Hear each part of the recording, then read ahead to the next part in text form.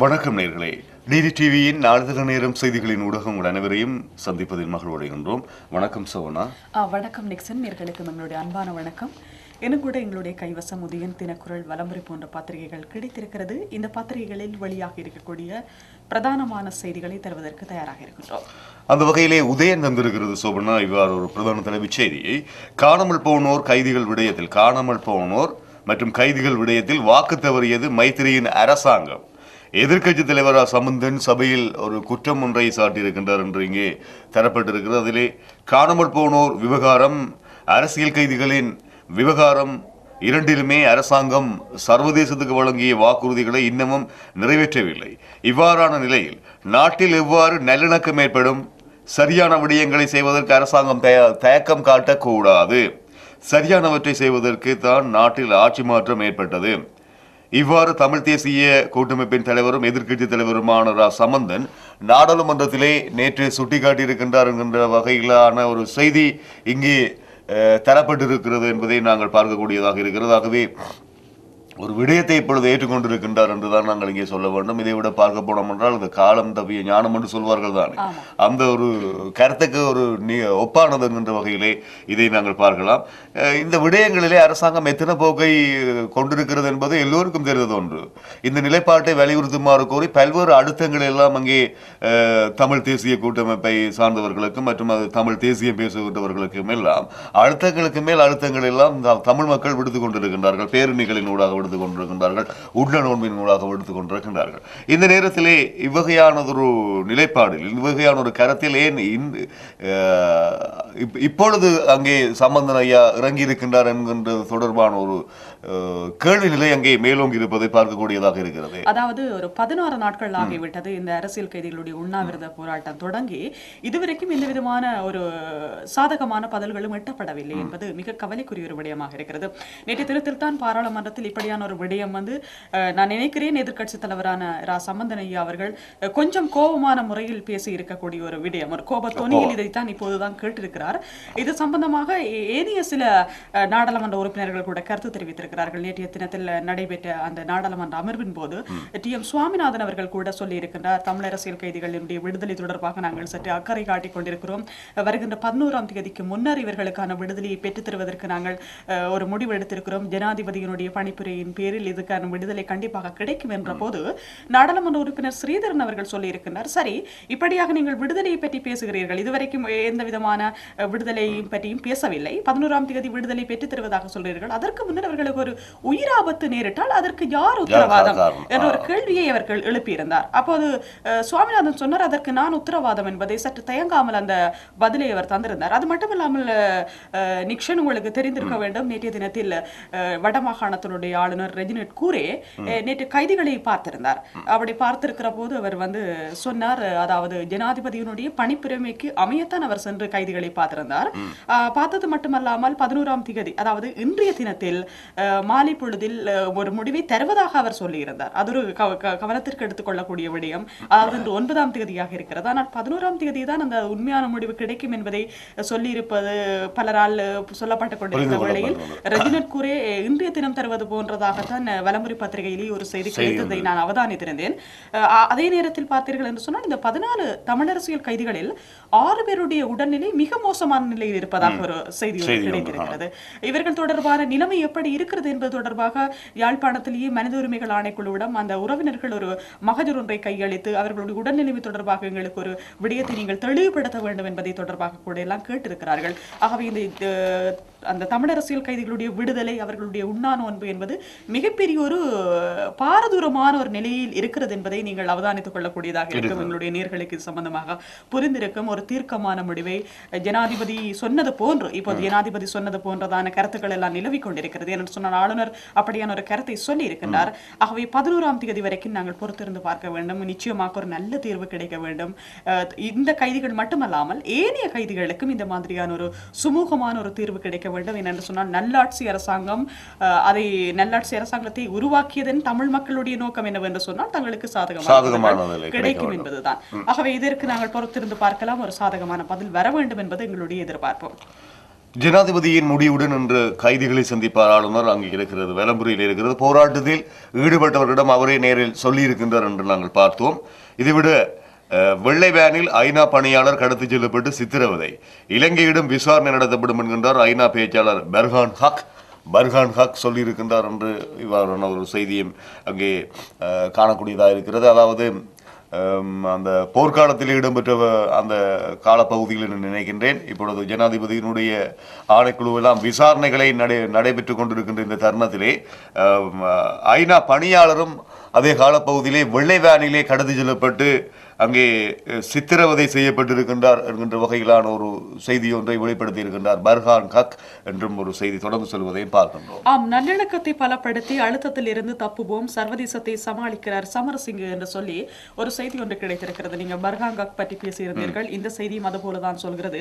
அதாவது சமரசிங்க என்ன சொல்கிறார் என்று சொன்னால், ஐநாவினுடைய ஆளுநர்கள் பலர் முன்னைய காலகட்டத்திலேயே இலங்கைக்கு விஜயம் மேற்கொண்டிருந்தார்கள். இலங்கை தொடர்பான ஒரு வித்தியாசமான அறிக்கைகளை தான் சமர்ப்பித்திருந்தார்கள். ஒரு அச்சமான சூழ்நிலை, அது மட்டுமல்லாமல் இலங்கையில் நடக்கக்கூடிய மிகப்பெரிய பாரதூரமான விடயங்கள் பற்றியதாக அதிகமாக பேசியிருந்தார்கள்.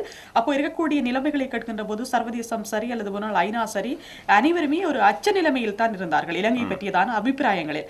ஆனால் இப்போது இவர் சொல்கின்ற, அதாவது இப்ப இருக்கக்கூடிய ஐநா ஆணையாளரான அல் குசைன், இலங்கைக்கான ஐநா ஆணையாளர் அல் குசைன் என்ன சொன்னார் என்று சொன்னால், அவர் சொல்கின்ற அந்த விடயங்கள் சற்று சாதகமான முறையில் இருக்கிறது. இலங்கை தொடர்பான ஒரு நல்ல அபிப்பிராயத்தை சர்வதேசத்தின் மத்தியிலேயே தோற்றுவிக்கிறது என்பது போன்றதான ஒரு விடயத்தை சொல்லி இருக்கிறது.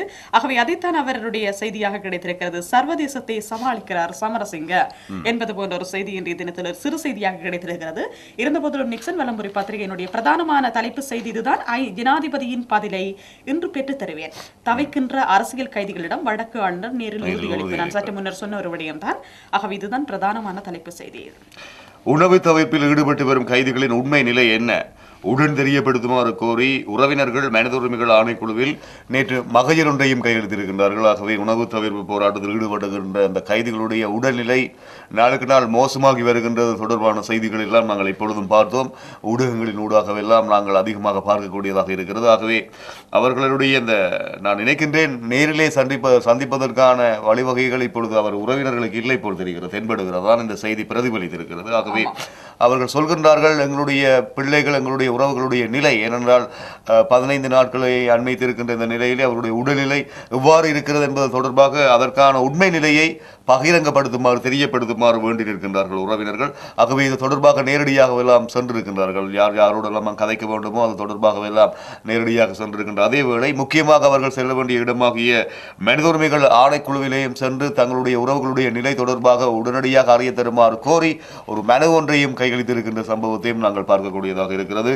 ஆகவே அங்கே இவ்வளவு காலமும் வருட கணக்காக தங்களுடைய உறவுகளுடைய நிலை என்ன என்று கூட தெரியாமல் இருக்கின்ற, ஏங்கி தவித்துக் கொண்டிருக்கின்ற அந்த உறவுகளுடைய மன நிலைகளிலே மீண்டும் அங்கே பாரிய ஒரு துன்பியல் நிகழ்வு ஏற்பட்டிருக்கிறது. அவர்களுடைய உடல்நிலை கூட மோசமடைந்திருக்கின்ற நேரத்தில் அவர்கள் எப்படி இருக்கின்றார்கள், அவர்களுடைய உடல்நிலையின் உச்ச அந்த நிலைதான் என்ன என்று இது எதற்காக இந்த மாதிரியான ஒரு நிலைமைகள் அவர்களிடம் தோற்றுவிக்கப்பட்டிருக்கிறது என்று சொன்னால், அதாவது பொதுவாக உண்ணாவிரத நோன்பை ஒருவர்கள் அனுஷ்டிப்பார்களாக இருந்தால் அவர்களுடைய உடல் நிலைமை மோசமான முறையில் இருக்கும். ஆனால் சிறைச்சாலை வைத்தியர்கள் அல்லது சிறைச்சாலை ஆணையாளர் என்ன சொல்கிறார் என்று சொன்னால், அவர்கள் ஆரோக்கியமாக இருக்கிறார்கள், அவ்வளவு தூரத்திற்கு மோசமான நிலையில் உடல்நிலை இல்லை என்பதை தான் சொல்லிக் கொண்டிருக்கிறார்கள். ஆகவே அவ்வப்போது இவர்களுக்கு இத்தனை பேர் உடல் நிலைமைகளில் மோசமடைந்திருக்கிறார்கள் என்பது பேசப்பட்டிருக்கிறது. அது நேரத்தில் அதனால் உறவுகளிடையே ஒரு பயண சூழல் உருவாகி இருக்கிறது. என்று சொன்னால் நேற்றைய தினத்தில் கூட பாராளுமன்ற உறுப்பினர் ஸ்ரீதரன் கேட்ட கேள்வி, அதாவது அவர்களுடைய உயிருக்கு ஏதாவது ஒரு ஆபத்து வந்திருந்தால், அதுதான் அங்கே மிக முக்கியமான ஒரு விடயம். அதாவது அவர்களுடைய உயிருக்கு ஏதாவது ஒரு ஆபத்து நிலைமை நெருங்கக்கூடிய வாய்ப்புகள் இருக்கிறது. அவ்வளவு தூரத்திற்கு 16 நாட்கள் உண்ணா நோன்பு. அதனால் தான் அவர்கள் அப்படியான ஒரு கேள்வியை கேட்டிருக்கிறார்கள். மற்றும் சில செய்திகளை பார்க்கலாம். புத்தி சுயாதீனமற்றவராக என்னை மாற்ற முயற்சி, மஹிந்தவின் கொடுமையை கூறும் சந்திரிகா என்று அவருடைய புகைப்படம் தாங்கியதாக வலம்புரி பத்திரிகையில் ஒரு செய்தி கிடைத்திருக்கிறது. நேற்றைய தினத்தில் சர்வதேச மகளிர் தின நிகழ்வு ஒன்றுக்கு பிரதம அதிதியாக அவர் கலந்து கொண்டிருந்தார். அதில் தான் அவர் சொல்லியிருந்தார், தன் ஆட்சியில் இருந்த காலப்பகுதியில், அதாவது அவருடைய ஆட்சி, அவர் ஜனாதிபதியாக இருந்த காலப்பகுதிக்கு பின்னர் இந்த அரசியல் ரீதியான செயற்பாடுகளிலிருந்து தான் சற்று விலகி இருப்பதற்கான ஒரு முடிவை எடுப்பதற்காக எண்ணியிருந்தேனாம். ஆனால் அது மாற்றம் செய்யப்பட்டிருக்கிறது. தன்னை அதற்கு பின்னர் நடைபெற்ற சில அழுத்தங்கள், தான் மஹிந்த அரசனால் தான் எதிர்நோக்கி இருந்த சில பிரச்சனைகள் காரணமாகத்தான் தான் இன்றும் இதில் இருப்பது போன்றதான ஒரு கருத்தை தான் அவர் சொல்லியிருக்கிறார். ஆகவே மஹிந்தவனுடைய கொடுமை அப்படி என்று சொல்லித்தான் அவர் அதில் மிக முக்கியமாக அழுத்தம் திருத்தமாக கூறியிருக்கக்கூடிய ஒரு விடயமாக இருக்கிறது. என்று சொன்னால் சந்திரிகா அம்மையாரை பொறுத்தவரையில் மஹிந்த ராஜபக்ச மீது அவரும் அதிகமான ஒரு கோப கணைகளை வீசிக்கொண்டிருக்கிறார் என்பது தெரியும். ஆகவே அது தொடர்பான ஒரு செய்தி தான் இங்கே விரிந்திருக்கிறது. தினக்குரல் நாளிதழை எடுத்துக்கொள்வோமாக இருந்தால் அதனுடைய பிரதான தலைப்புச் செய்தி, காணாமல் போனவர்கள் விடயத்தில் அரசாங்கத்தின் அடுத்த நடவடிக்கை என்ன? சபையில் சம்பந்தன் கேள்வி கேட்டிருக்கின்றார். அரசியல் கைதிகளின் விடுதலைக்கும் வலியுறுத்தி இருக்கின்றார். நாங்கள் பார்த்த செய்தி அங்கே தினக்குரலும் இவ்வாறு தந்திருக்கிறதை நாங்கள் அறியக்கூடியதாக இருக்கின்ற அதேவேளை, கடற்படைக்கு காணி சுவீகரிப்பு முயற்சி, பொதுமக்கள் ஒன்றிணைந்து முறியடிப்பு, மகிந்த போய் மைத்திரி வந்தும் தொடர்கிறது, ஆக்கிரமிப்பு என்கின்ற வகையிலே மக்களுடைய மனங்கள் எல்லாம் கொதிநிலை அடைந்திருப்பதை நாங்கள் பார்க்கக்கூடியதாக இருக்கிறது. அது கீரிமலை சேந்தான்குளம் பகுதிக்கு அண்மையில் இருக்கின்ற தமிழ் மக்களுக்கு சொந்தமான காணியை அங்கே சுவீகரிக்கின்ற முயற்சியிலே அங்கே மும்முரமாக ஈடுபட்டு இருக்கின்றார்கள் கடற்படையினர். ஆகவே பொதுமக்கள் எல்லாம் கூட்டாக ஒன்றிணைந்து அதற்கான எதிர்ப்பலைகளை வெளிக்கொண்டு வந்திருக்கின்ற ஒரு நிகழ்வாக செய்தியாக நாங்கள் இதை பார்க்கின்றோம். ஆகவே கடந்த கால அரசாங்கத்திலே, அதாவது மஹிந்த ராஜபக்ச அரசாங்கத்திலே இவ்வகையான காணி சுவீகரிப்புகள் எல்லாம் இடம்பெற்றது. ஆகவே அதற்கான அழுத்தங்கள் எல்லாம் கொடுத்திருந்தோம். ஆனால் அது எங்களுக்கு கைகூடவில்லை. இருந்த போதும் இப்போது ஒரு ஆட்சி மாற்றத்தின் போது இங்கே நல்லிணக்க அரசாங்கம் என்று சொல்கின்ற இப்பொழுது இருக்கின்ற அரசாங்கமும் அதே நிலைப்பாட்டோடு தான் இருக்கிறது. எங்களுடைய காணிகளை சுவீகரிக்கின்ற தன்மையோடு இருக்கிறது என்கின்ற ஒரு கொதிநிலையோடு இருக்கின்றார்கள். ஆகவே அங்கே ஒன்றை சொல்லுகின்றார்கள், மகிந்த போய் இப்பொழுது மைத்திரியா என்கின்ற ஒரு ஆதங்கம் அங்கே மக்கள் மனங்களிலே மேலோங்கி இருப்பதை பார்க்கக்கூடியதாக இருக்கிறது. படமும் அதே ஒரு சாட்சியத்தை தான் வெளிப்படுத்தி இருக்கின்றது. கடற்படையினரும் அங்கே இருக்கின்றார்கள். அவர்களை சூழ அங்கே பலமான கேள்விகளை கேட்டுக்கொண்டிருக்கின்ற ஒரு தோற்றம் என்று நான் நினைக்கின்றேன். மக்களும் சூழ்ந்து இருக்கின்றார்கள்.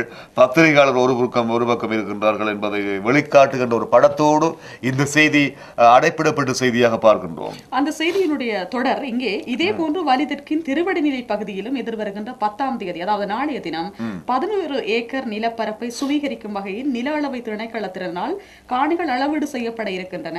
இது தொடர்பாக நில அளவை திணைக்களத்தினால் அரசு அதிபர் உள்ளிட்ட தரப்பினர்களுக்கு தெரியப்படுத்தப்பட்டிருப்பது குறிப்பிடத்தக்கது என்று சொல்லி அதே மாதிரியான ஒரு செய்தி தான் பொதுமக்களின் கடும் எதிர்ப்பால் கைவிடப்பட்டது காணி சுவீகரிப்பு என்கிற தலைப்பில் வலம்புரி பத்திரிகையில் பிரசுரமாக இருக்கிறது. இதைவிட நாங்கள் பார்க்கின்றோம், மகளிர் தினத்தை கருப்பு நாளாக பிரகடனப்படுத்தி போராட்டங்கள் எல்லாம் நடைபெற்றிருப்பதை பார்க்கக்கூடியதாக இருக்கிறது. கைகளிலே சிறுவர்கள் மற்றும் பெரியவர்கள், பெண்கள், இளைஞர்கள் எல்லாம் கைகளிலே இந்த பதாகைகளை ஏந்தியவாறு போராட்டங்களை முன்னெடுத்திருப்பதை நாங்கள் அறிகின்றோம். ஆகவே தற்பொழுது நான் நினைக்கின்ற இலங்கை என்று எடுத்துக்கொள்ளலாம், வடகிழக்கை பொறுத்தமட்டிலே இந்த பெண்கள் சிறுவர்களுக்கு எதிரான குற்றச்செயல்கள் எல்லாம் அதிகரித்து கொண்டு இருக்கிறதை நாங்கள் நாள்தோறும் செய்திகளின் ஊடாக ஒவ்வொரு நாள் என்றாலும் ஒரு சின்ன ஒரு எதிரான செய்தி, அதாவது பெண்கள் சிறுவர்களுக்கு எதிரான ஒரு செய்தி ஒன்று அங்கே இடம் பிடிக்கிறதை நாங்கள் பார்க்கின்றோம். ஆகவே இவ்வகையான அந்த நிகழ்வுகள் எல்லாம் தடுத்து நிறுத்தப்பட வேண்டும், இவ்வகையானவர்களை கண்டுபிடித்து சட்டத்தின்பால் நிறுத்த வேண்டும் என்கின்ற ஒரு கோஷத்தை எல்லாம் முன்வைத்தவாறு இங்கே போராட்டத்தில் ஈடுபட்டிருக்கின்றார்கள். நேற்றைய பெண்கள் நாள் வடகிழக்கை பொறுத்தமட்டிலே சூழல் நான் நினைக்கின்றேன் அங்கே ஒரு சில கருப்பு நாளாகவும் கொண்டாடப்பட்டிருக்கின்ற இடங்களும் இருக்கிறது. கருப்பு நாளாகவும், அதை விட அவர்கள் தங்களுடைய மன நிலைகளிலே தங்கி கிடக்கின்ற அந்த விடயங்களை எல்லாம் வெளிப்படுத்தி இருக்கின்றார். பெண்களுக்கு எதிராக தோற்றுவிக்கப்பட்டிருக்கின்ற அந்த விடயங்களை எல்லாம் வெளிப்படுத்தியவாறு போராட்டத்தை மேற்கொண்டிருப்பதை நாங்கள் பார்க்கின்றோம் செய்தியில். வலம்புரி பத்திரிகையினுடைய முற்பக்கத்திலேயே மேலும் சில செய்திகள். பயங்கரவாத தடை சட்டத்தின் கீழ் 158 தமிழர்கள் சிறையில் அடைப்பு, அமைச்சர் சுவாமிநாதன் இது பற்றியதாக தெரிவித்திருக்கின்றார். நான் சற்று முன்னர் தொடர்பான செய்தியினுடைய விவரத்தை தந்திருந்தேன். அது மட்டுமல்லாமல் மேலும் செய்திகள் பார்க்கலாம். உடல்நிலை பாதிப்படைந்து 6 கைதிகள் மயக்கமடைவு, 16வது நாளாக தொடரும் பரதவிப்பு. ஏற்கனவே பார்த்த செய்தி. 14 லட்சம் ரூபாய் பெறுமதியான 8 கிலோ கேரள கஞ்சா மீட்பு, 2 கைது. நேற்றைய தினத்தில் யாழ்ப்பாணம் தனியார் பஸ் அருகிலே இப்படியான ஒரு சம்பவம், அதே நேரத்தில் தபால் நிலையத்திற்கு அருகிலும் இப்படியான ஒரு சம்பவம். மொத்தமாக 8 கிலோ கேரள கஞ்சா மீட்கப்பட்டுள்ளதாக ரகசிய தகவலை அடுத்து போலீசார் மேற்கொண்ட அதிரடி நடவடிக்கையில் இப்படி கைப்பற்றப்பட்டதாக ஒரு செய்தி ஒன்று. அவர்களுடைய புகைப்படம், கஞ்சா கைப்பற்றப்பட்ட போது எடுக்கப்பட்ட அந்த போலீஸ் குழுவினர், அங்க போலீசார் அதிரடியை மேற்கொண்டிருக்கிறார்கள். அந்த போலீஸ் குழுவினர் கைப்பற்றியிருக்கின்றார்கள். கைப்பற்றப்பட்ட கஞ்சா உழவர்கள் நிற்கின்றார்கள், அப்படித்தானே? ஆமா, அந்த புகைப்படமும் கிடைத்திருக்கின்றது. மேலும் பிரதமருடைய செய்தி ஒன்று கிடைத்திருக்கிறது. நிக்ஷன், நாட்டு மக்கள் நிம்மதியாக வாழும் பொருளாதார சூழல் உருவாக்கப்படும். பாராளுமன்றத்தில் நேற்று பிரதமர் விசேட உரையொன்றை ஆற்றியிருந்தார். இந்த உரையை பற்றியதாக சற்று சொல்லியாக வேண்டும். நாட்டில் மக்கள் நிம்மதியாக வாழவும் சந்தோஷமாக வாழக்கூடிய விதமான பொருளாதார சூழல் உருவாக்கப்படும் என்று பிரதமர் ரணில் விக்ரமசிங்கே கூறியுள்ளார்.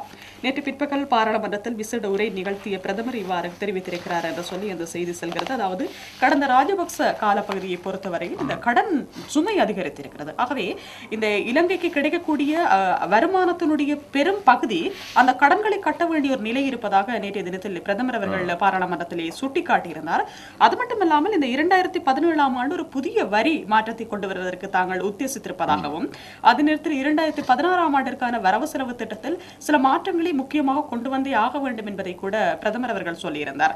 அதே நேரத்தில் இதனால பொதுவாக நுகர்வோருக்கான பாதிப்புகள், அதாவது பொதுமக்களுக்கான பாதிப்புகள் அதிகமாக ஏற்படாத வகையில் தான் அப்படியான மாற்றங்கள் உருவாக்கப்படும் என்பதை கூட பிரதமர் அவர்கள் சொல்லியிருந்தார். ஆகவே அந்த செய்தி இதில் மிக முக்கியமாக பிரதானப்படுத்தப்பட்டதாக கிடைத்திருக்கிறது. இது வலம்புரி பத்திரிகையினுடைய முற்பக்கத்தில் கிடைத்த செய்திகள். அதே போன்று நாங்கள் தினக்குரலில் இருக்கின்ற உட்பக்கங்கள் இருக்கின்ற செய்திகளுக்கு செல்லலாம். என்னென்ன இருக்கிறது என்று பார்க்கலாம். ராஜபக்ச ரெஜிமெண்ட் மீண்டும் உயிர்த்தெழ அனுமதிக்க மாட்டோம், பாராளுமன்றத்தில் பிரதமர் ரணில் விக்ரமசிங்கே என்கின்ற வகையிலே ஒரு செய்தி ஒன்றை நாங்கள் பார்க்கின்றோமாம். சூசகமாக சொல்கின்றார், அவருடைய படையணி, அங்கே ரெஜிமெண்ட் என்றால் படையணியை குறிக்கிறது. ஆகவே அதை மீண்டெழுவதற்கான வழிவகைகள் ஒன்றையும் நாங்கள் செய்ய மாட்டோம் என்கின்ற உறுதியோடு அங்கே இருக்கின்றார். அந்த உறுதியை வெளிப்படுத்தி இருக்கின்றார் பாராளுமன்றத்திலே பிரதமர் ரணில் விக்ரமசிங்கே என்று இந்த செய்தி அவ்வாறு சொல்கிறது. பாபர் வீதி முனியாண்டி சுவாமி கோவிலில் மத அனுஷ்டானங்களுக்கு மீள அச்சுறுத்தல், சிவராத்திரி கால நிகழ்ச்சிகளை பலவந்தமாக நிறுத்தி அடாவடித்தனம். அது கொழும்பு பாபர் வீதியிலே எவ்வாறானது ஒரு அடாவடி நடைபெற்றிருக்கிறது முனியாண்டி சுவாமி கோவிலிலே என்று அந்த செய்தி எவ்வாறு இருக்கின்ற அதேவேளை உண்ணாவிரதம் இருக்கும் கைதிகளின் உயிருக்கு ஆபத்து ஏற்பட்டால் பொறுப்பேற்க தயார் அமைச்சர் சுவாமிநாதன் கூறுகின்றார் என்று இங்கேயும் இருக்கிறது. பெண்களின் உரிமைகள் சலுகைகள் அரசாங்கம் பொறுப்புடன் செயற்படுகிறது, மகளிர் தின நிகழ்வில் ஜனாதிபதி சொல்லியிருக்கின்றார் என்று இங்கே இருக்கிறது. உள்ளூர் இசைக்குழுவின் மிரட்டலால் அதிருப்தியற்று திரும்பிய யாழ் இசைக்குழு என்று ஒரு செய்தியும் அவ்வாறு இருப்பதை நாங்கள் பார்க்கக்கூடியதாக இருக்கிறது. வலம்புரி பத்திரிகையினுடைய மேலும் ஒரு செய்தி, இதில் பார்க்க வேண்டிய ஒரு செய்தி, ஜோசப்புக்கு பிணை கிடைக்குமா 14ஆம் தேதி தெரியும் என்று சொல்லி ஒரு செய்தி கிடைத்திருக்கிறது. அவருடைய பிணை சம்பந்தமான விடயம் 14ஆம் தேதி தெரிய வரும். அது மட்டுமல்லாமல் உட்பக்கத்திலேயே வடக்கு கிழக்கில் முதலீடு செய்ய சீனாவுக்கும் இலங்கை அழைப்பு விடுத்திருக்கிறது. ஏற்கனவே சீனா இலங்கையில் முதலீடுகளை செய்வதற்கு தங்களுடைய வர்த்தக உடன் வேலை திட்டங்களை ஆரம்பிப்பதற்கான செய்திகளை நாங்கள் நாளிதழ்கள் நேரத்தில் பார்த்திருந்தோம். அது போன்ற ஒரு செய்திதான். நாட்டில் போர்னால் பாதிக்கப்பட்ட பகுதிகளை அபிவிருத்தி செய்வதற்கு அனைத்துலக முதலீடுகள் மற்றும் உதவிகளை அரசாங்கம் கோரியிருக்கிறது. இது தொடர்பாக நாட்டின் தேசிய கொள்கைகள் ராஜாங்க அமைச்சர் நிருஷன் பெரேரா தகவல் வெளியிடுகின்ற போது போர்னால் பாதிக்கப்பட்ட பிரதேசங்களை அபிவிருத்தி செய்வதற்கான தொழில்நுட்பம் மற்றும் நிதி உதவிகளை பெறுவதற்கு இந்த ஆண்டு அரசாங்கம் கொடையாளர் மாநாடு ஒன்றை நடத்த இருக்கிறதா. அதில் தான் இப்படியான ஒரு விடயம் பேசப்பட்டிருக்கிறது. அது மட்டுமல்லாமல் தாய்லாந்து பிரதமர் நேற்று இலங்கை வருகை, அவருடைய செய்தி ஒன்று கிடைத்திருக்கிறது. மட்டுமல்லாமல் நிக்சன் நேற்றைய தினத்தில் தாய்லாந்து பிரதமர் மட்டுமல்லாமல் பாகிஸ்தானுடைய ஜனாதிபதி கூட நேற்றைய தினத்தில் 2 நாள் உத்தியோகபூர்வ விஜயமாக இலங்கைக்காக வந்திருந்தார். ஆகவே அவர் இன்றைய தினமும் கூட இலங்கையில் தங்கியிருந்து சில முக்கியமான பேச்சுவார்த்தைகளில் சில முக்கியமான விடயங்களில் ஜனாதிபதி பிரதமர் இன்னும் பல முக்கிய ஸ்திரப்பரனுடன் பேசக்கூடிய வாய்ப்பு இருக்கிறது என்று சொன்னால் நேற்று இணையதளங்களில் அந்த செய்தி முதன்மைப்படுத்தப்பட்டதாக முன்னிலையாக வெளியீடாக இருந்தது. மேலும் பார்க்கின்ற போது கர்ப்பிணி பெண் மீது துப்பாக்கி சூடு சந்தேக நபர் ஒருவர் போலீசாரால் கைது செய்யப்பட்டிருக்கிறார். அண்மையிலே இந்த வெலிக்கடை சிறைச்சாலைக்கு அருகிலேயே வெலிக்கடை சிறைச்சாலை என்பதற்கு மேலே வெலிக்கடை என்கின்ற இடத்திலேயே இந்த மாதிரியான ஒரு சம்பவம் ஒன்று நடைபெற்றிருப்பதாக சொல்லப்பட்டிருந்தது. வெலிக்கம பிரதேசத்தில் 26 வயது சந்தேக நபர் இவ்வாறு கைது செய்யப்பட்டிருக்கிறாராம். அந்த கர்ப்பிணி பெண் மீது மேற்கொண்ட அந்த துப்பாக்கி சூட்டு சம்பவத்தின் சந்தேகத்தின் பேரில் தான் இவர் கைது செய்யப்பட்டிருக்கிறார். ஆகவே அந்த செய்தி பொரளை சிறைச்சாலைக்கு அருகில் தான் நடைபெற்றிருப்பதாக சொல்லப்பட்டிருக்கிறது. ஏற்கனவே வெலிக்கடை என்பது சம்பந்தமான ஒரு செய்தியை நான் கண்டிருந்தேன். ஆனால் இது பொரளை சிறைச்சாலைக்கு அருகில் என்று சொல்லி இந்த செய்தி கிடைத்திருக்கிறது.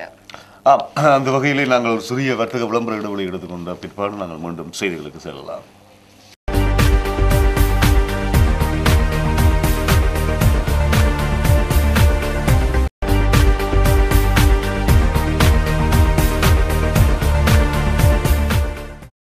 சிறிய வர்த்தக விளம்பர இடைவெளியை தொடர்ந்து நாங்கள் மீண்டும் செய்திகளுக்கு வந்திருக்கின்றோம். தினக்குரலில் இருக்கின்ற செய்திகள் எடுத்துக்கொள்வோமாக இருந்தால், எனது பிள்ளைகள் ஒருபோதும் அரசியலுக்கு வர மாட்டார்கள், சந்திரிகா அம்மையார் கூறுகின்றார். முன்னாள் ஜனாதிபதி மஹிந்த சந்திரிகா அம்மையார் கூறுகின்றார் என்று இங்கே சொல்லப்பட்டிருக்கிறது. அவர் உறுதியாக இருக்கின்றார். பிள்ளைகள் அரசியலுக்கு எத்தனைக்கின்ற முயற்சிகள் எதுவும் இல்லை என்று சொல்கின்றார் என்று அந்த செய்தியை நாங்கள் பார்க்கின்றோம். மற்றும் உயிருக்கு போராடும் கைதிகளை காப்பாற்ற மக்கள் போராட்டமே வழி, சிறையில் சந்தித்த பின் ஸ்ரீதரன் எம்பி ஒரு அழைப்பொன்றை விடுத்திருக்கின்றார் என்று அந்த செய்தி அவ்வாறு இருக்கின்ற அதேவேளை மக்களுடைய காணிகளை சுவீகரித்து பலாலி விமான நிலையம் அமைப்பதின் அவசியம் என்ன என்று ஒரு கேள்வி ஒன்று கேட்கப்பட்டிருப்பதை பார்க்கின்றோம். அரபிய அரசுகளுக்கான ராஜதந்திரிகள் தான் இந்த கேள்வியை கேட்டிருக்கின்றார்கள் என்றங்கே நாங்கள் இருக்கின்ற செய்தி அது. தம்பாட்டியில் பெருநண்டு வளர்ப்பை ஜப்பான் தூதுவர் பார்வையிட்டிருக்கின்றார் என்றும் சொல்லுகின்ற ஒரு செய்தி இருக்கின்றது. மற்றும் கடற்படைக்கு காணி கொடுத்துவிட்டு மீண்டும் அகதியாக வாழ முடியாது, சேர்ந்தான்குள மக்கள் உறுதிபட தெரிவிக்கின்றார்கள். ஆகவே பல வருடங்களாக அகதி என்ற பெயரோடு சொந்த நிலம் இருந்தும் வீடற்றவர்களாக ஏதிரிகளாக அங்கே முகாம்களிலே இடைத்தங்கள் முகாம்களிலே பல வருடங்களாக வாழ்ந்து கொண்டிருக்கின்ற மக்களுடைய அவல நிலை தொடர்ந்து கொண்டிருக்கின்ற இந்த நேரத்திலே கடற்படைக்கு அங்கே காணியை சுவீகரிக்கின்ற வேலை திட்டங்கள் நடைபெறுகின்றதுக்கான எதிர்ப்பலைகள் எல்லாம் தோற்றம் பெறுகின்ற இந்த நேரத்திலே அவர்கள் மக்கள், அதாவது தங்களுடைய காணிகளிலே உரித்துடைய மக்கள் சொல்கின்றார்கள், நாங்கள் அங்கே அவர்களுக்கு கொடுத்துவிட்டு மீண்டும் இருக்கின்ற காலப்பகுதியிலும் அகதி என்ற பெயரோடு வாழ்வதற்கு நாங்கள் தயாரில்லை என்கின்ற உறுதி அங்கே தென்படுகிறது. அது சேர்ந்தான்குள மக்களுடைய உறுதியாக பார்க்கின்றோம். மேலும் செய்திகள் பார்க்கலாம். MSG சுவையூட்டி சந்தையில் இருந்து நீக்கம் என்று சொல்லி ஒரு செய்தி கிடைத்திருக்கிறது. ஜனாதிபதி மைத்ரிபால சிறிசேன மற்றும் சுகாதார அமைச்சர் ராஜித சேனாரத்னவினுடைய அறிவுரைக்கு அமைய இந்த நடவடிக்கைகள் மேற்கொள்ளப்பட உள்ளதாக சுட்டிக்காட்டப்பட்டுள்ள ஒரு செய்தி தான் இது கிடைத்திருக்கிறது. ஆகவே இந்த சுவையூட்டிகளை நாசினியாக பயன்படுத்துவதாக தெரிய வந்துள்ளது என்று சொல்லி பாலித மகிபால சொல்லி இருக்கிறார். அதாவது இதனால் பயங்கரமான பக்க விளைவுகள் எல்லாம் அதிகமாக இருக்கிறது. அதனால தான் இந்த மாதிரியான செய்தி ஒன்று கிடைத்திருக்கிறது. ஜனாதிபதியினுடைய பணிப்புரிமைக்கு அமையத்தான் இது நீக்கப்படுவதாக செய்தி கிடைத்திருக்கிறது. மேலும் செய்திகள் பார்க்கலாம். அனுராதபுர விமானப்படை மீதான கரும்புலி தாக்குதலால் 400 மில்லியன் நட்டம் என்று சொல்லி அதனுடைய கணிப்பு, அந்த தொகை கணிப்பிடப்பட்டிருக்கிறது. கடந்த 2007ஆம் ஆண்டில் அனுராதபுரம் விமானப்படை தளத்தின் மீது மேற்கொள்ளப்பட்ட தமிழீழ விடுதலை புலிகளின் கரும்புலி தாக்குதல் காரணமாக 400 மில்லியன் ரூபாய் நட்டம் ஏற்பட்டுள்ளது என்று நேற்று முன்தினம் திங்கட்கிழமை உறுதி செய்யப்பட்டுள்ளதாக ஒரு செய்தி கிடைத்திருக்கிறது. அது மட்டுமல்லாமல் மேலும் செய்திகள் பார்க்கலாம். இந்த உணவு தவிர்ப்பில் ஈடுபட்டுள்ள கைதிகளின் உண்மை நிலையை வெளிப்படுத்த வேண்டும். யாழ் மனித உரிமைகள் ஆணைக்குழுவில் உறவினர்கள் நேற்று மகஜர் கையளிப்பு ஒரு பெரிய செய்தியாக இது கிடைத்திருக்கிறது. முதன்மைப்படுத்தப்பட்ட ஒரு செய்தி இது என்பதை நாங்கள் பார்க்க போது தெரிகிறது. அது மட்டுமல்லாமல் அரசியல் கைதிகளின் விடயத்தில் உன்னிப்பாக கவனம் செலுத்தும் மனித உரிமை ஆணைக்குழு யாழ் பிராந்திய இணைப்பாளர் கனகராஜ் தெரிவித்திருக்கின்றார். பார்க்கலாம். இது வருகின்ற 11ஆம் தேதி வரைக்கும் நாங்கள் அது ஒரு சாதகமான முடிவு வரும் என்பதுதான் எல்லோருடைய எதிர்பார்க்கும் என்று சொன்னால் அவ்வளவு தூரத்திற்கு அழுத்தமான முறையில் தான் எல்லோருமே சம்பந்தமாக பேசிக் கொண்டிருக்கிறார்கள். பொறுத்திருந்து பார்ப்போம் சம்பந்தமான இறுதி முடிவு எப்படி கிடைக்கிறது என்று. தமிழர்கள் மீண்டும் போர்க்கோலம் பூணுவதை அரசாங்கம் விரும்புகிறதா? வடமாகாண சபை உறுப்பினர் கஜதீபன் கேள்வி கேட்டிருக்கின்றார் வடமாகாண சபையிலே என்று அந்த செய்தி இருக்கின்ற அதேவேளை பருத்தித்துறையிலிருந்து கொழும்புக்கு கடத்தி செல்லப்பட முற்பட்ட கஞ்சா மீட்கப்பட்டிருப்பதாக தரவு படத்தோடு அந்த செய்தி இருக்கின்றது. மற்றும் போலீசாரால் அச்சுறுத்தப்பட்டதாக மனித உரிமைகள் ஆணைக்குழுவில் முறைப்பாடு ஒன்று செய்யப்பட்டது. அது எதற்காக என்றால் எதிராளியின் தூண்டுதலால் அண்மையில் குறித்த வழக்கு தொடுநரின் வீட்டுக்கு சென்ற போலீசார் மூவர் அவரை அச்சுறுத்தியுள்ளதுடன் வீட்டு கதவை அடித்து அட்டகாசம் செய்திருக்கின்றார்கள். அது ஒரு காணி பிரச்சனை என்று நினைக்கின்றேன். காணி பிரச்சனை தொடர்பான வழக்கொன்றிற்காகத்தான் இந்த விடயம் அங்கே நடைபெற்றிருக்கிறது என்று அந்த செய்தி அவ்வாறு இருக்கின்றது. சைக்கிள் திரைப்படம் மக்கள் பாவனைக்கு யாழ் முனீஸ்வரன் பகுதியில் அமைக்கப்பட்ட சைக்கிள் பாதுகாப்பு திரைப்படம் விரைவில் மக்கள் பயன்பாட்டுக்காக திறந்து வைக்கப்பட இருப்பதாகவும் சொல்கிறது இந்த செய்தி. கராச்சுக்குள் புகுந்தது ரொலி. புன்னாலை கட்டுவன் பகுதியில் ரொலி ஒன்று கராச்சுக்குள் புகுந்து மதுருடன் மோதிய சம்பவம் இடம்பெற்றிருப்பதாகவும் அந்த செய்தி இருக்கின்றது. மற்றும் வடமராட்சி கிழக்குக்கு தனியான பிரதேச சபை போலீஸ் நிலையம் மக்களின் கோரிக்கை தொடர்பில் ஆராயப்பட்டிருப்பதாகவும் நாங்கள் பார்க்கின்றோம். மேலும் செய்திகள். பெண்கள் மீதான அனைத்து வன்முறைகளுக்கு எதிராக நேற்று கருப்புப்பட்டி அணிந்து போராட்டம் மன்னார், கிளிநொச்சி, முல்லைத்தீவு, வவுனியா மாவட்டங்களில் முன்னெடுக்கப்பட்டுள்ளது. பரவலாக முன்னெடுக்கப்பட்ட போராட்டங்களில் பெண்கள் மட்டுமல்லாமல் ஆண்கள் எல்லோருமே கலந்திருக்கிறார்கள். இதில் அவர்கள் பதாதைகள் தாங்கியவாறு அந்த ஆர்ப்பாட்டத்தில் ஈடுபடுகின்ற போதும் அது மட்டுமல்லாமல் முக்கியமாக கருப்பு துணி வாயில் கட்டியவாறு அந்த ஆர்ப்பாட்டத்தில் அவர்கள் ஈடுபடுகிறார்கள். சர்வதேச மகளிர் தினம் பற்றியதான விடயம் இந்த இப்படியான ஆர்ப்பாட்டங்கள் மூலமாக உண்மையாகவே தெரிய கொள்ளக்கூடியதாக இருக்கும். மேலும் பார்க்கலாம். 10ஆம் பக்கத்திலேயே போதைப் பொருள் ஒழிப்பு வேலை திட்டங்களில் வடமாகாணத்திற்கு முன்னுரிமை அளிக்க வேண்டும். ஜனாதிபதி சுகாதார அமைச்சு அதிகாரிகளுக்கு பணிப்பு. முக்கியமான ஒரு விடயம் என்பதை சொல்லலாம். போதைப்பொருள் ஒழிப்பு தொடர்பில் சுகாதார அமைச்சினால் முன்னெடுக்கப்படும் நிகழ்ச்சி திட்டங்களில் வடமாகாணத்திற்கு முன்னுரிமை அளிக்கப்பட வேண்டும் என ஜனாதிபதி மைத்ரிபால சிறிசேன உத்தரவிட்டுள்ளார். அது மட்டுமல்லாமல் அடிப்படை உரிமை மீறல் வழக்குகள் இப்போது அதிகரிக்கப்பட்டுள்ளதாக ஒரு செய்தி ஒன்று கிடைத்திருக்கிறது. இலங்கை உச்ச நீதிமன்றத்தில் தாக்கல் செய்யப்படும் அடிப்படை உரிமை மீறல் வழக்குகளின் எண்ணிக்கை அதிகரித்துள்ளதாக உச்ச நீதிமன்ற தகவல்கள் தெரிவிக்கின்றன. சட்டவிரோதமாக மணலேற்றி வந்த சாரதி படை போலீசாரால் கைது செய்யப்பட்டிருக்கின்றார். ஆனைக்கோட்டையில் வீடு உடைத்து 6 பவுன் நகைகள் திருடப்பட்டிருக்கிறது கொள்ளையர்களால் என்று இங்கே அந்த செய்தி இருக்கின்றது. அதேவேளை சர்வதேச மகளிர் தினத்தில் பெண்கள் கருப்பு பட்டி பேரணி கிளிநொச்சியில் நடைபெற்றிருக்கிறதாக சொல்கிறது. பண்டுத்தலஜி அம்மன் பங்குனி திங்கள் உற்சவம் என்றும் ஒரு செய்தி இருக்கிறது. கிரவல் சறுக்கி 2 படுகாயம். அது வீதியில் பரவி கிடந்த கிரவல் சறுக்கி மோட்டார் சைக்கிளில் பயணித்த அரசு உத்தியோகஸ்தர் 2 படுகாயம் அடைந்த நிலையில் வைத்தியசாலையிலே அனுமதிக்கப்பட்டிருப்பதாகவும் செய்தி ஒன்று சொல்கிறது. தேசிய அடையாள அட்டை பெறுவதற்கான வயதில்லை 15ஆக குறைக்கப்பட்டுள்ளது. 16ஆக ஏற்கனவே இருந்தது, இப்போது 15ஆக குறைக்கப்பட்டுள்ளதாக சொல்லப்பட்டிருக்கிறது. மற்றும் தாஜுதீனின் கொலை குறித்து நண்பர்கள் முக்கிய சாட்சியம், அதாவது இதுவரைக்கும் கிடைக்கப்பெறாத சில விடயங்களை 2 நண்பர்கள் சொன்னதாக ஒரு செய்தி ஒன்று கிடைத்திருக்கிறது. முன்னதாகவே ஒரு முக்கியமான இளம் அரசியல் புள்ளி மீது ஒரு குற்றச்சாட்டு முன்வைக்கப்பட்டு அந்த வழக்கு நடைபெற்றுக் கொண்டிருக்கிற இந்த தருணத்திலேயே இந்த மாதிரியான ஒரு சாட்சியம் 2 பேர் சாட்சியம் அளித்திருக்கிறார்கள். அவர்கள் மூலமாக சாட்சியம் இல்லை, இவர்கள் மூலமாக தகவல்கள் வெளிப்பட்டிருக்கிறது என்பதைத்தான் இந்த செய்தி சொல்கிறது.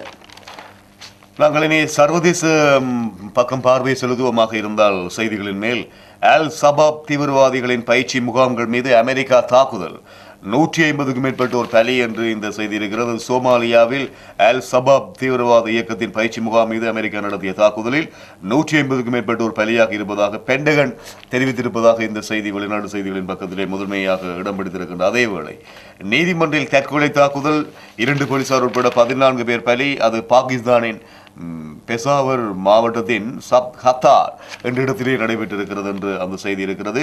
துனிசியாவில் தீவிரவாதிகள் படையினரிடையே மோதல், 53 பேர் உயிரிழந்திருக்கின்றார்கள் என்றும் சொல்கிற அதேவேளை அமெரிக்காவின் தடையை மீறி ஏவுகணையை பரிசோதித்தது ஈரான் என்று இருக்கிறது. மற்றும் சூரிய கிரகணம் இன்று நிகழும். சூரிய கிரகணம் இன்று நிகழ உள்ளது. இதை வெறும் கண்களால் பார்க்கக்கூடாது என அறிவியலாளர்கள் எச்சரித்திருக்கின்றார்கள். ஆகவே சொன்னா நீங்கள் வெறும் கண்களால் பார்க்கக்கூடாது என்று சூரிய கிரகணம் நிகழ இருக்கிறது. சரி, மேலும் சர்வதேச செய்திகளில் ஏற்கனவே நீங்கள் சொன்னது போன்று இந்த சோமாலியா அல்சாப்பில் ஏற்பட்ட அந்த தீவிரவாத தாக்குதல்கள், ஆளில்லாத விமானம் மேற்கொண்ட தாக்குதல் காரணமாக 150 பேர் உயிரிழப்பு. அங்கே அந்த தாக்குதல் நடைபெற்ற போது எடுக்கப்பட்ட ஒரு புகைப்படம் ஒன்று கிடைத்திருக்கிறது. மாயமாகிய மலேசிய விமானம் நேற்றுடன் 2 வருடங்கள் பூர்த்தி. இந்த MH370 விமானம் 239 பயணிகளுடன் மாயமாகி இருந்தது. 2 வருடங்களாகி நேற்றைய தினத்தில் 2வது வருடத்தை பூர்த்தி செய்திருக்கிறது. காணாமல் போன ஒரு விடயம். ஆனால் இதுவரைக்கும் எந்த விதமான முழுமையான ஒரு தகவல் கிடைக்கவில்லை. அந்த விமானத்தினுடைய பாகங்கள் அங்கொன்று இங்கொன்றாக கிடப்பது போன்றதான செய்திகள் கிடைத்துக் கொண்டிருந்தாலும் கூட ஒரு சரியான உண்மையான நிலை என்ன என்பது இதுவரைக்கும் தெரியாத ஒரு நிலை இருக்கிறது. அது மட்டுமல்லாமல் இறந்ததாக கருதப்பட்ட அகதி சிறுவன் 1 வருடத்தின் பின் பெற்றோரிடம் இணைந்திருக்கிறார். இந்த செய்தி ஒன்று கிடைத்திருக்கிறது. துருக்கி நாட்டில் இப்ராஹிம் என்பவர் தன்னுடைய மனைவி மற்றும் பிள்ளைகளுடன் ஜெர்மனி நாட்டில் குடியேற கடந்த ஆண்டு தொடக்கத்தில் புறப்பட்டாராம். இந்த நேரத்தில் தான் அவர்களுடைய படகு ஒன்று கவிழ்ந்திருக்கிறது. உயிர் பிழைத்த பெற்றோர்கள் தங்களுடைய 10 வயதான மகதி ரபாவை தேடி இருக்கிறார்கள். ஆனால் சிறுவன் கண்டுபிடிக்கப்படவில்லை. இப்போது செஞ்சிலுவை சங்கத்தினுடைய உதவியோடு இந்த சிறுவன் அந்த பெற்றவர்களுடன் சேர்க்கப்பட்டிருப்பதாக ஒரு நல்ல செய்தி. மேலும் கோமாவில் இருந்து மீண்டும் வந்த பெண், காதலன் மீது பரபரப்பு குற்றச்சாட்டு. 8 மாத காலமாக கோமாவில் ஒரு பெண் இருந்தாராம். இவருடைய மருத்துவ செலவுக்கு மிக கடுமையான முறையில் இந்த காதலன் நுழைத்து அந்த மருத்துவ செலவுகளை எல்லாம் பார்த்து கொண்டிருக்கிற போது அவர் மீண்டும் தன்னுடைய தலையில மூர்க்கத்தனமாக தாக்கியதான ஒரு குற்றச்சாட்டை முன்வைத்திருப்பதாக ஒரு செய்தி ஒன்று கிடைத்திருக்கிறது. இந்த செய்தி இன்றைய தினத்தில் இந்த வெளிநாட்டு பக்கத்திலேயே. அது மட்டுமல்லாமல் அமெரிக்கா வடகொரியாவில் மூக்கை நுழைக்கிறது. அமெரிக்கா வடகொரியாவில் மூக்கை நுழைக்கிறது, தலையிடுகிறது. அந்த நாட்டினுடைய விடயங்களிலே தலையிடுகிறது. இந்த செய்தியும் அடிக்கடி வந்து கொண்டிருக்கிறது. சரி, இவை வெளிநாட்டு பக்கத்தில் எங்களுடைய பார்வை. உதயநிலைய உட்பக்கங்கள் இருக்கின்ற செய்திகள் எடுத்துக்கொள்வோமாக இருந்தால், வடக்கில் நேற்று இருண்ட மகளிர் தினம், பெண்கள் சிறுவருக்கு எதிரான வன்முறைகளை கண்டித்து என்கின்ற வகையிலே பல்வேறு இடங்களிலே வடக்கிலே நேற்று அங்கே மகளிர் தினம் தொடர்பாக அனுஷ்டிக்கப்பட்டு இருந்த போதிலும் கூட வடக்கில் பல இடங்களிலே சிறுவர்கள் பெண்களுக்கு எதிராக அவர்களுடைய வன்முறைகளை கண்டித்து போராட்டங்கள் நடைபெற்றிருக்கிறது. அந்த போராட்டங்களின் போது புறப்பட்டிருக்கின்ற படங்கள் இங்கே நாங்கள் பார்க்கின்றோம். கிளிநொச்சி, முல்லைத்தீவு, வவுனியா, யாழ்ப்பாணம், மன்னார் ஆகிய இடங்களிலே அந்த போராட்டங்கள் நடைபெற்றிருப்பதை நாங்கள் பார்க்கக்கூடியதாக இருக்கிறது. மற்றும் காணாமல் போனோர் தொடர்பில் தினேஷ் சுமந்திரன் சொற்போர் அவர்களில் பலர் ஐரோப்பாவில் உள்ளனர் என்கின்றது மகிந்த அணி என்கின்ற வகையிலே இந்த செய்தி அவ்வாறு இருப்பதையும் நாங்கள் அறியக்கூடியதாக இருக்கிறது. மகிந்த கால அபிவிருத்தியில் மோசடிகள் இடம்பெறவில்லை, அமைச்சர் டிலான் பெரேரா சொல்லியிருக்கின்றார். ஒரு பரபரப்பு வாய்ந்த செய்தியாகத்தான் இந்த செய்தியை பார்க்கலாம். என்று சொன்னால் மகிந்த மீது ஏராளமான குற்றச்சாட்டுகள் நிலவி வருகின்ற வேளையில் டிலான் பெரேரா அவருக்கு சாதகமான ஒரு கருத்தை இப்போது முன்வைத்திருக்கிறார். எந்த முறையில் தேர்தலை நடத்தினாலும் நாம் வெற்றி ஈட்டுவோம், மகிந்த சூளுரை என்று சொல்லி அந்த செய்தி ஒன்று கிடைத்திருக்கிறது. இதோடு தென்னிலங்கை தமிழர்களுக்கான அரசியலமைப்பு யோசனை தயார், மனோ கணேசன் அறிக்கை ஒன்றை விட்டிருக்கின்றார். தொடர்பான ஒரு செய்தியும் கிடைத்திருக்கிறது. தேவாலய காணியை கையகப்படுத்தும் கடற்படையின் முயற்சிக்கு கடும் எதிர்ப்பு. சேந்தாங்குளத்தில் காணி அளவிடும் திட்டத்தை கைவிடுத்து திரும்பினர் நில அளவை உத்தியோகஸ்தர்கள் என்ற வகையிலே இந்த செய்தி அவ்வாறு இருப்பதையும் நாங்கள் அறியக்கூடியதாக இருக்கிறது. வீட்டு கதவை உடைத்து 6 பவுன் நகைகள் திருட்டு ஆணைக்கோட்டையில் சம்பவம் என்கின்ற வகையிலான ஒரு செய்தியும் நாங்கள் பார்க்கின்றோம்.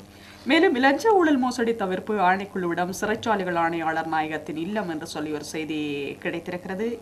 அதாவது சிறைச்சாலைகள் ஆணையாளர் நாயகத்தின் உத்தியோகபூர்வ இல்லம் லஞ்ச ஊழல் மோசடி தவிர்ப்பு ஆணைக்குழுவிடம் ஒப்படைக்கப்பட்டுள்ளதாக அந்த செய்தி விரிந்து செல்கிறது. பல்கலைக்கழக மாணவர்கள் 12 பேருக்கு வகுப்பு தடை. இது பேராதனை பல்கலைக்கழகத்தில் தான் இப்படியான ஒரு வகுப்பு தடை 12 மாணவர்களுக்கு பிறப்பிக்கப்பட்டிருக்கிறது. அரசியல் கைதிகளின் விடுதலையை வலியுறுத்தி கிளி பொது அமைப்புகள் நாளைய தினத்தில் போராட்டம் என்று சொல்லி ஒரு செய்தி ஒன்று கிடைத்திருக்கிறது. மற்றும் மேல் நீதிமன்ற தீர்ப்பின் பின்னரும் முறைப்பாட்டாளருக்கு அச்சுறுத்தல். யாழ் போலீசாருக்கு எதிராக ஆணைக்குழுவில் முறைப்பாடு ஒன்று செய்யப்பட்டிருக்கிறது என்று அந்த செய்தி தொடர்கின்ற அதே வேளை முகமாலை இந்திராபுரம் கிராமங்களில் மீள் குடியமர்வுக்கான முன்னாயத்தம். வசித்தோரின் விவரங்களை சேகரிக்கிறது மீள் குடியேற்ற அமைச்சர் என்ற வகையிலே தொடர்கிறது இந்த செய்தி. மற்றும் தமிழ் அரசியல் கைதிகளுடைய விடுதலையை வலியுறுத்தும் போராட்டத்துக்கு ஆதரவு இலங்கை ஆசிரியர் சங்கம் தெரிவிப்பதாக ஒரு செய்தி இருக்கிறது. அதே நேரத்தில் முல்லைத்தீவில் சுகாதார தொண்டர்கள் ஆர்ப்பாட்டம் ஒன்றை முன்னெடுத்திருக்கிறார்கள். அதாவது இந்த அரச பார்வையிலிருந்து விடுபட்ட சுகாதார தொண்டர்களுக்கான நிரந்தர நியமனத்தை கோரியே அரச அதிபருக்கு இந்த விடயத்தை வலியுறுத்தும் முகமாக அவருக்கு ஒரு மகஜர் ஒன்றை கையளித்து ஒரு போராட்டம் ஒன்றை முன்னெடுத்திருக்கிறார்கள். ஏற்கனவே 2013 மற்றும் 2015 ஆண்டு காலப்பகுதியில் அந்த ஏற்கனவே இருந்த சுகாதார தொண்டர்களுக்கான நியமனம் வழங்கி வைக்கப்பட்டது. ஆகவே இதில் தவறியவர்கள் தங்களுடைய போராட்டத்தை முன்னெடுத்து தங்களுக்கு நிரந்தர நியமனத்தை பெற்றுத் தருமாறு கோரி இந்த ஆர்ப்பாட்டம் முன்னெடுக்கப்பட்டது. அதில் மகஜர் கொடுக்கின்ற போது ஆர்ப்பாட்டத்தில் ஈடுபடுகின்ற போது எடுக்கப்பட்ட புகைப்படம் இங்கே கிடைத்திருக்கிறது. மன்னார் நிலவும் உப்பு தட்டுப்பாட்டுக்கு புத்தளம் தனியார் கம்பெனிகள் காரணமா? மன்னார் மாவட்ட மீனவ கூட்டுறவு சங்கங்களின் சமாசன தலைவர் கேள்வி எழுப்பியிருக்கிறார். அந்த செய்தியும் கிளிநொச்சியில் நாளை நடைபெறும் போராட்டத்திற்கு இலங்கை ஆசிரியர் சங்கம் ஆதரவு வழங்கும் அரசியல் கைதிகளின் விடுதலையை வலியுறுத்தி என்பது போன்ற ஒரு செய்தியும் கிளிநொச்சியில் உள்ள சிவன் ஆலயங்களில் விசேட சமய நிகழ்வுகளும் ஆராதனைகளும் என்பது போன்ற ஒரு செய்தியும் திருக்கேதீஸ்வர மகா சிவராத்திரியில் 3 லட்சத்துக்கு அதிகமான பக்தர்கள் கலந்து கொண்டிருக்கிறார்களாம். அது தொடர்பான செய்தி நேற்றைய தினத்தில் நேற்று முதல் தினம் 7ஆம் தேதி திருக்கேதீஸ்வர உட்பட ஏனைய மிக முக்கியமான ஆலயங்களிலேயே இந்த மகா சிவராத்திரி விழா அனுஷ்டிக்கப்பட்டிருந்தது. தொடர்பான செய்திகளில் இன்றைய தினத்தில் திருக்கேதீஸ்வரம் மிக முக்கியமாக பேசப்படுகிற ஒரு ஆலயம். அது 3 லட்சத்துக்கு அதிகமான பக்தர்களை உள்வாங்கி இருக்கிறது. மேலும் சில செய்திகளை பார்க்கலாம். ஆழ்கடத்தல் நடவடிக்கைகளை தடுக்க 12 நாடுகள் இணைந்து செயற்பட திட்டம் என்று சொல்லி ஒரு செய்தி கிடைத்திருக்கிறது. சட்டவிரோத ஆட்கடத்தல்கள் நடவடிக்கைகளை தடுக்கும் நோக்கில் 12 நாடுகள் இணைந்து செயற்பட திட்டமிட்டுள்ளன. ஆசியாவினூடாக இடம்பெற்று வருகின்ற பாரியளவான சட்டவிரோத ஆட்கடத்தல்கள் மற்றும் அதனுடன் தொடர்புடைய பாரிய குற்ற செயல்களை தடுக்க இவ்வாறு 12 நாடுகள் இணைந்து செயற்பட உள்ளதாக ஒரு செய்தி. கீழ்ப்பக்கத்திலேயே பாதாள உலக குழுவினரின் விவரங்கள் போலீசார் வசம். 175 பேரின் விவரங்கள் தற்போது கிடைக்கப் பெற்றுள்ளதாக, இவர்களில் 125 பேர் கொழும்பு நகரை மையமாக கொண்டு செயற்படும் நபர்கள் என்பதையும் குறிப்பிட்டதாக ஒரு செய்தி ஒன்று கிடைத்திருக்கிறது. அது மட்டுமல்லாமல் மகனை குணப்படுத்தி தாருங்கள், விபத்தில் காயமடைந்தவரின் தந்தையால் சம்பிக்கவிடம் உருக்கமான வேண்டுகோள் ஒன்று விடுக்கப்பட்டிருக்கிறது. அமைச்சர் பாடலை சம்பிக்க அவர் சொந்தமான ஒரு வாகனம் ஒன்றில் மோதுண்டு படுகாயமடைந்த இளைஞனை குணப்படுத்தி தருமாறு அவரது தந்தை உருக்கமான முறையில் வேண்டுகோள் ஒன்று விடுத்திருக்கிறார். அது மட்டுமல்லாமல் மன்னார் நிலவும் உப்பு தட்டுப்பாடு சம்பந்தமாக ஏற்கனவே நாங்கள் பார்த்திருந்தோம். இந்த எட்கா உடன்பாடு ரணிலை வீட்டுக்கு அனுப்புமா என்று சொல்லி ஒரு கட்டுரை போன்றதாக 20ஆம் பக்கத்தை நோக்கியதாகவும், அது மட்டுமல்லாமல் ஒரு பக்கத்திற்கு இந்த சுஷ்மா ஸ்வராஜை சந்தித்து பிரதமர் பேசுகின்ற போது எடுக்கப்பட்ட புகைப்படத்தை பிரசுரித்து எட்கா உடன்பாடு ரணிலை வீட்டுக்கு அனுப்புமா என்பது தொடர்பான இது வலபுரி பத்திரிகையினுடைய ஒரு செய்தி. மேலும் எல்லா விதமான நீதி நியமனங்களையும் மன்னிக்க வேண்டும், எல்லா விதமான நீதி நியமங்களையும் கேள்விக்குள்ளாக்கியுள்ள கைதிகள், உண்ணாவிரத போராட்டம் குறித்து நீதி சமாதான ஆணைக்குழு அறிக்கை என்பது ஒரு செய்தி. கடந்த 14 நாட்களாக கொழும்பு மெகசின் சிறையில் உண்ணாவிரதம் இருக்கும் ஒரு பெண் உட்பட 13 அரசியல் கைதிகளதும் மற்றும் அரசியல் கைதிகளினதும் அவல நிலைமை, அடிப்படை உரிமைகளையும் எல்லாவித நீதி நியமங்களையும் கேள்விக்குள்ளாக்கியுள்ளது என்று சொல்லி யாழ் கத்தோலிக்க மறைமாவட்ட நீதி சமாதான ஆணைக்குழுவின் அறிக்கையில் இது சுட்டிக்காட்டப்பட்டுள்ளது. ராஜபக்சவுக்கு பொதுமக்கள் ஆதரவு இருப்பதாக ஊடக விளம்பரங்கள் இடம்பெற்று வருவதுடன் அவர் ஆலயங்களுக்கு சென்று வரும் நிகழ்வுகளும் இடம்பெற்று வருகின்றன என்று இங்கே நாங்கள் பார்க்கக்கூடியதாக இருக்கிறது. அவர்களுடைய இந்த ஆதரவு படலத்தை நாங்கள் செய்திகளாக இப்போ நாம் பார்க்கின்றோம். முன்னாள் ஜனாதிபதி மஹிந்த ராஜபக்ச அடிக்கல் நாட்டி வைக்கின்றார், மர நடுகை, இதைவிட சமய நிகழ்வுகளில் எல்லாம் செல்கின்றார். கூடுதலாக இந்து சமயம் கிறிஸ்தவ தேவாலயங்களுக்கும் செல்கின்றார். இதுவும் கூட அவருடைய அரசியல் பிரவேசத்தினுடைய மீண்டும் ஒரு அங்கே பலமான நிலை ஒன்றுக்கான எத்தனை என்கின்ற கோணங்களிலாகவும் பரவலாக செய்திகள் வெளிப்படுவது என்பதை நாங்கள் பார்க்கின்றோம். ஆகவே இவ்வகையான நிகழ்வுகள் கூட அதற்கான ஒரு அடித்தளமா என்று ஒரு கேள்வியோடு இந்த கட்டுரையை நாங்கள் பார்க்கக்கூடியதாக இருக்கிறது. மேலும் இளைஞர் விபத்துக்குள்ளான விடயம் சம்பிக்கவிடம் விரைவில் விசாரணை என்று வலமுறை பத்திரிகை மற்றும் ஒரு செய்தி. ஏற்கனவே அந்த இளைஞர் விபத்துக்குள்ளான தன்னுடைய மகனை மருத்துவ செலவுகளை பார்த்துக் கொள்ளும்படி ஏற்கனவே தந்தையார் கேட்டிருக்கிறார். அதை தொடர்பான ஒரு செய்தி தான் சம்பிக்கவிடம் விசாரணை கூட செய்யப்பட இருப்பதாக அந்த செய்தி சொல்கிறது. அதே நேரத்தில் கலாபவன் மணியினுடைய மறைவுக்கு மோடி, கமல், சூர்யா இரங்கல் தெரிவித்திருக்கிறார்கள். இந்திய பிரதமர் மோடி கூட இரங்கல் தெரிவித்த அளவுக்கு ஒரு நடிகர் அவர்.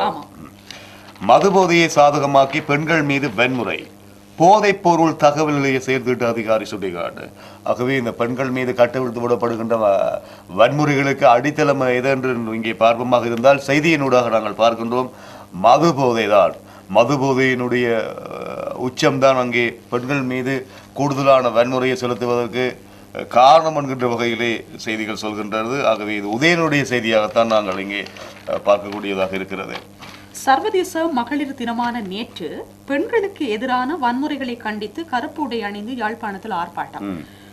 இது இருண்ட பங்குனி என்கின்ற தொனிப்பொருள் தான் இந்த கவன ஈர்ப்பு ஆர்ப்பாட்டம் ஒன்று நேற்றைய தினத்தில் யாழ் பரமேஸ்வரா சந்தியில் முன்னெடுக்கப்பட்டுள்ளதாக ஆர்ப்பாட்டத்தில் ஈடுபடுகின்ற போது எடுக்கப்பட்ட புகைப்படம் இருக்கிறது. மிக நீண்ட தூரத்தில் அந்த ஆர்ப்பாட்டக்காரர்கள் தங்களுடைய ஆர்ப்பாட்டத்தை முன்னெடுத்திருக்கிறார்கள். அது மட்டுமல்லாமல் ஐநா பணியாளர் வெள்ளைவானில் கடத்தல் விவகாரம் தொடர்பில் ஐநா விசேட கவனம் என்று சொல்லி பேச்சாளர் பர்ஹான் காக் தெரிவித்திருக்கிறார். ஏற்கனவே ஏனைய பத்திரிகைகளில் இந்த செய்தி கிடைத்துள்ளது. நளினி 3 நாட்கள் வீடு செல்வதற்கு தமிழக அரசாங்கம் கடும் எதிர்ப்பு என்று ஒரு செய்தி கிடைத்திருக்கிறது. நளினிக்கு 3 நாட்கள் பரோல் வழங்க தமிழக அரசு கடும் எதிர்ப்பு தெரிவித்ததால் ஒரு நாள் மட்டுமே பரோல் செல்ல சென்னை உயர்நீதிமன்றம் அனுமதி அளித்தது என்பது தொடர்பான ஒரு செய்தி ஒன்று கிடைத்திருக்கிறது. தமிழக அரசு தானே சோபனா ராஜீவ்காந்தி கொலை வழக்கிலே விடுதலை செய்வதற்கான வழிவகைகளை எல்லாம் தேடிக்கொண்டிருக்கின்ற இந்த நேரத்தில் 3 நாள் வீடு செல்வதற்கான ஒரு தடையே விதித்திருக்கிறது தமிழக அரசு தான்.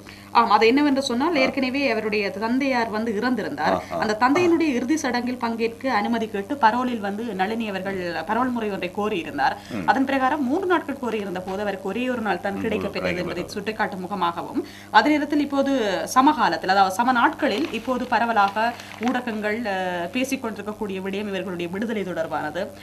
அதாவது தமிழக அரசு வலியுறுத்துகின்ற போது மத்திய அரசு கண்டிப்பாக இது சம்பந்தமாக முடிவெடுக்க வேண்டும், அவர்களிடம் தான் இந்த முடிவு இருக்கிறது என்று சொன்னால், தேர்தல் காலங்கள் அங்கே நெருங்கிக் கொண்டிருக்கின்ற நிலையிலேயே இது தொடர்பான விடயங்கள் அதிகமாக இந்திய ஊடகங்கள் சரி, ஏனைய ஊடகங்கள் சரி பேசிக் கொண்டிருக்கக்கூடிய ஒரு விடயம் பார்க்கலாம். இவர்கள் 25 வருடங்களை மேலாக தங்களுடைய இந்த தாங்கள் விடுதலையாக வேண்டும் என்பதை வலியுறுத்தி கொண்டே இருக்கிறார்கள். இவர்களுக்காக பல அமைப்புகள் குரல் கொடுத்துக் கொண்டிருக்கின்ற போதும் இன்னும் இவர்கள் விடுதலையாகாத ஒரு நிலைமை காணப்படுகிறது.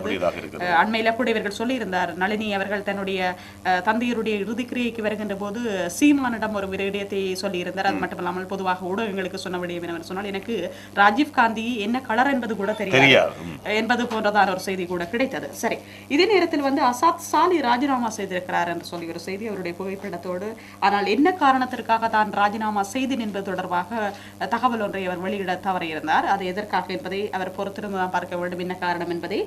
மேலும் மலசலக்கூட குழாயில் இருந்து 3 கைக்குண்டுகள் மீட்கப்பட்டிருக்கிறது. வடமராட்சி மந்திகை சந்தியில் உள்ள இலங்கை வங்கிக்கு மேல் தளத்தில் உள்ள மலசலக்கூட குழாயிலேயே இந்த மாதிரியாக நேற்று காலை மீட்கப்பட்டுள்ளதாக சொல்லப்பட்டிருக்கிறது இந்த செய்தியை.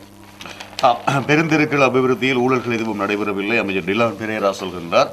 ஆட்கடத்தலை தடுப்பதற்காக கைகோர்க்க உள்ள 12 நாடுகள் ஜனாதிபதி கூறினாலும் ஏற்பதற்கு தயாரில்லை. பொங்கமவே நாளக்க தேரர் விடாப்படி. எதற்கென்றால் தேசிய பாதுகாப்புக்கு பாதிப்பு ஏற்பட ஒருபோதும் இடமளிக்கப் போவதில்லை என்ற கொள்கையோடு அவர் இருப்பதை நாங்கள் பார்க்கின்றோம். அந்த செய்தியோடு நாங்கள் இன்றைய டிடிடிவியினுடைய நாளிதழ் நேரம் செய்திகளின் பார்வையும் நாங்கள் நிறைவுக்கு கொண்டு வர இருக்கின்றோம். இன்றைய நாளிலே எங்களுக்கு தொழில்நுட்பத்தில் உதவி செய்து கொண்டிருப்பவர் ரெமியஸ். அதே நேரத்தில் பிரசாந்துக்கு எங்களுடைய நன்றிகள். அங்கே ஒளிபரப்பிலே கடமையிலே இருக்கின்றவர்கள், அவர்களை நாங்கள் மறந்துவிடக் கூடாது. சொல்லலாம் கலைவாணன், சிந்திஜன், பிரேம், இவர்களுக்கும் எங்களுடைய நன்றிகளை தெரிவித்துக் கொள்கின்றோம். மீண்டும் நாளை நாள் உங்கள் அனைவரையும் நாளிதழ் நேரம் செய்திகளின் ஊடாக சந்திக்கும் வரை உங்களிடமிருந்து விடைபெற்று செல்லும் நாம் எப்போதும் அன்புடன் உங்களுடைய அன்பு சகோதரி நான் அசோபனானலிங்கம். பேரன்போடு ஜே நிக்சன். வணக்கம் நேர்களே. மீண்டும் சந்திப்போம் நேர்களே.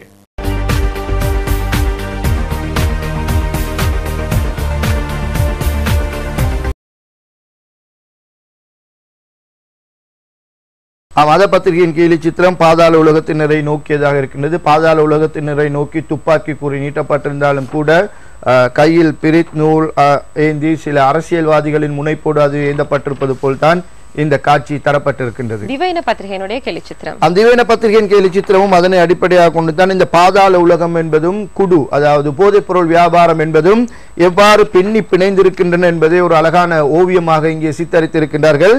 ஆனால் நீதி தேவதை செயலற்று போய் கிடப்பதை தான் இங்கே இந்த கார்ட்டூன் சித்தரிக்கின்றது. தினமின பத்திரிகையினுடைய கேலிச்சித்திரம். அந்த தினமின பத்திரிகையின் கேலிச்சித்திரம் முன்னாள் ஜனாதிபதி மஹிந்த ராஜபக்சவுக்கு ஆதரவாகவும் தற்போதைய அரசாங்கத்துக்கு அழிவு ஏற்பட வேண்டும் என்றும் தேங்காய் உடைத்து பலர் போராட்டம் நடத்தினார்கள். அதில் முக்கிய இடம் வைத்தவர் முன்னாள் மேல் மாகாண முதலமைச்சர் பிரசன்ன ரணதுங்க. அவரிடம் ஒருவர் கேட்கின்றார், இந்த தேங்காய் உடைத்ததன் பலன் எப்படி இருக்கின்றது என்று. இருக்கின்ற அந்த அமைப்பாளர் பதவியும் தொகுதி அமைப்பாளர் பதவியும் இப்பொழுது பறிபோய்விட்டது என்று அவர் கூறுகின்றார். லங்காதீப பத்திரிகையினுடைய கேலிச்சித்திரம். லங்காதீப பத்திரிகையின் கேலிச்சித்திரம் கடன் சுமை பற்றி. முன்னாள் ஜனாதிபதி ஓடி ஓடி கடன் வாங்கினார் என்பதுதான் இப்பொழுது தெரிவிக்கப்படுகின்ற குற்றச்சாட்டாக இருக்கின்றது. எனக்கு எல்லோரும் விரட்டி விரட்டி வந்து கடன் தந்தார்கள் என்று கூறுகின்றார்கள். கடனும் கூறுகின்றது பயப்பட வேண்டாம், தொடர்ந்து அதுதான் நடக்கப் போகின்றது என்று. லங்காதீப பத்திரிகையினுடைய இன்னொரு கேலிச்சித்திரம். லங்காதீப பத்திரிகையின் கேலிச்சித்திரம் ஜனாதிபதி மைத்ரிபால சிறிசேன பல விடயங்களை இப்பொழுது அப்பட்டமாக மேடைகளில் பேசி வருகின்றார். பல குற்றச்சாட்டுகள், பலர் மீதுள்ள குற்றச்சாட்டுகளை தெளிவாக கூறி வருகின்றார். அவர் சிலரை வெளுத்து வாங்கி கொண்டிருப்பதை தான் இந்த கார்ட்டூன் சித்தரிக்கின்றது. அடுத்ததாக மௌபிம பத்திரிகையினுடைய கேலிச்சித்திரம். மௌபிம பத்திரிகையின் கேலிச்சித்திரமும் ஜனாதிபதி மைத்ரிபால சிறிசேன ஒரு கூட்டத்தில் பேசும் பொழுது சிறு பிள்ளைகள் என்னதான் தேவை என்று கேட்டாலும் கூட அவர்களுக்கு எது தேவை என்பதை தீர்மானிக்க வேண்டியது பெற்றோர்கள். அதே போல்தான் மக்கள் கோரிக்கை விடுத்தாலும் கூட மக்களுக்கு எது தேவை என்பதை அரசாங்கம் தான் தீர்மானிக்க வேண்டும் என்ற ரீதியில் கருத்தை தெரிவித்திருந்தார். இப்பொழுது விமல் வீரவன்சவும் உதய கம்மன் பிளவும் அதாவது உள்ளூராட்சி மன்ற தேர்தல்கள் அவசியம் என்று கேட்கின்றார்கள். ஜனாதிபதி மைத்ரிபால சிறிசேனவோ அது உங்களுக்கு பொருத்தமா என்பதை யோசித்து பார்த்து தருகிறேன் என்று கூறுவது போல் இந்த காட்சி அமைய பெற்றிருக்கின்றது. லக்ஷ்மி பத்திரிகையினுடைய கேலிச்சித்திரம். லக்ஷ்மி பத்திரிகையின் கேலிச்சித்திரமும் ஸ்ரீலங்கா சுதந்திர கட்சிக்கு இப்பொழுதுதான் சரியான ஜனநாயக தலைமைத்துவம் கிடைத்திருக்கின்றது என்று ஜனாதிபதி கட்சியின் செயலாளர் துமிந்த திசாநாயக்க தெரிவித்திருந்தார். ரணில் விக்ரமசிங்க சந்தோஷமாக கூறுகின்றார், ஒரு காலத்தில் எங்களுக்கு இருந்த நிலை அப்படித்தான் இருந்தது என்று. இறுதியாக ரிவிர பத்திரிகையினுடைய கேலிச்சித்திரம். ரிவிர பத்திரிகையின் கேலிச்சித்திரம் கொழும்பு சுதந்திர சதுக்கத்தில் அண்மையில் ஒரு பிரச்சனை ஏற்பட்டது. அங்கிருந்த காதலர் ஜோடிகளுக்கு சில பாதுகாப்பு தரப்பினர் செக்யூரிட்டி கார்ட்ஸ் இடையூறாக இருந்தார்கள் என்று கூறி அது ஒரு பெரும் பிரச்சனையாக உருவாகி சமூக வலைதளங்களில் அது பெரிய பிரச்சனையாக ஆக்கப்பட்டு இப்பொழுது அந்த கலாச்சார அமைச்சின் கீழ் வருகின்ற அந்த பாதுகாப்பு பிரிவினர் இப்பொழுது நீக்கப்பட்டிருக்கின்றார்கள். இந்த காதலர்களுக்காக அந்த இடத்தில் சென்று இந்த பாதுகாப்பு அதிகாரிகளோடு காதலர்களுக்காக வக்காலத்து வாங்கி அவர்களை பெரும் குஷிப்படுத்தியவர், அதாவது காதலர்களை பெரும் குஷப்படுத்தியவர் அமைச்சர் ஹர்ஷடி சில்வா. காதலர்களுக்கு குடை பிடித்துக் கொண்டிருப்பதை தான் இந்த கார்ட்டூன் சித்தரிக்கின்றது.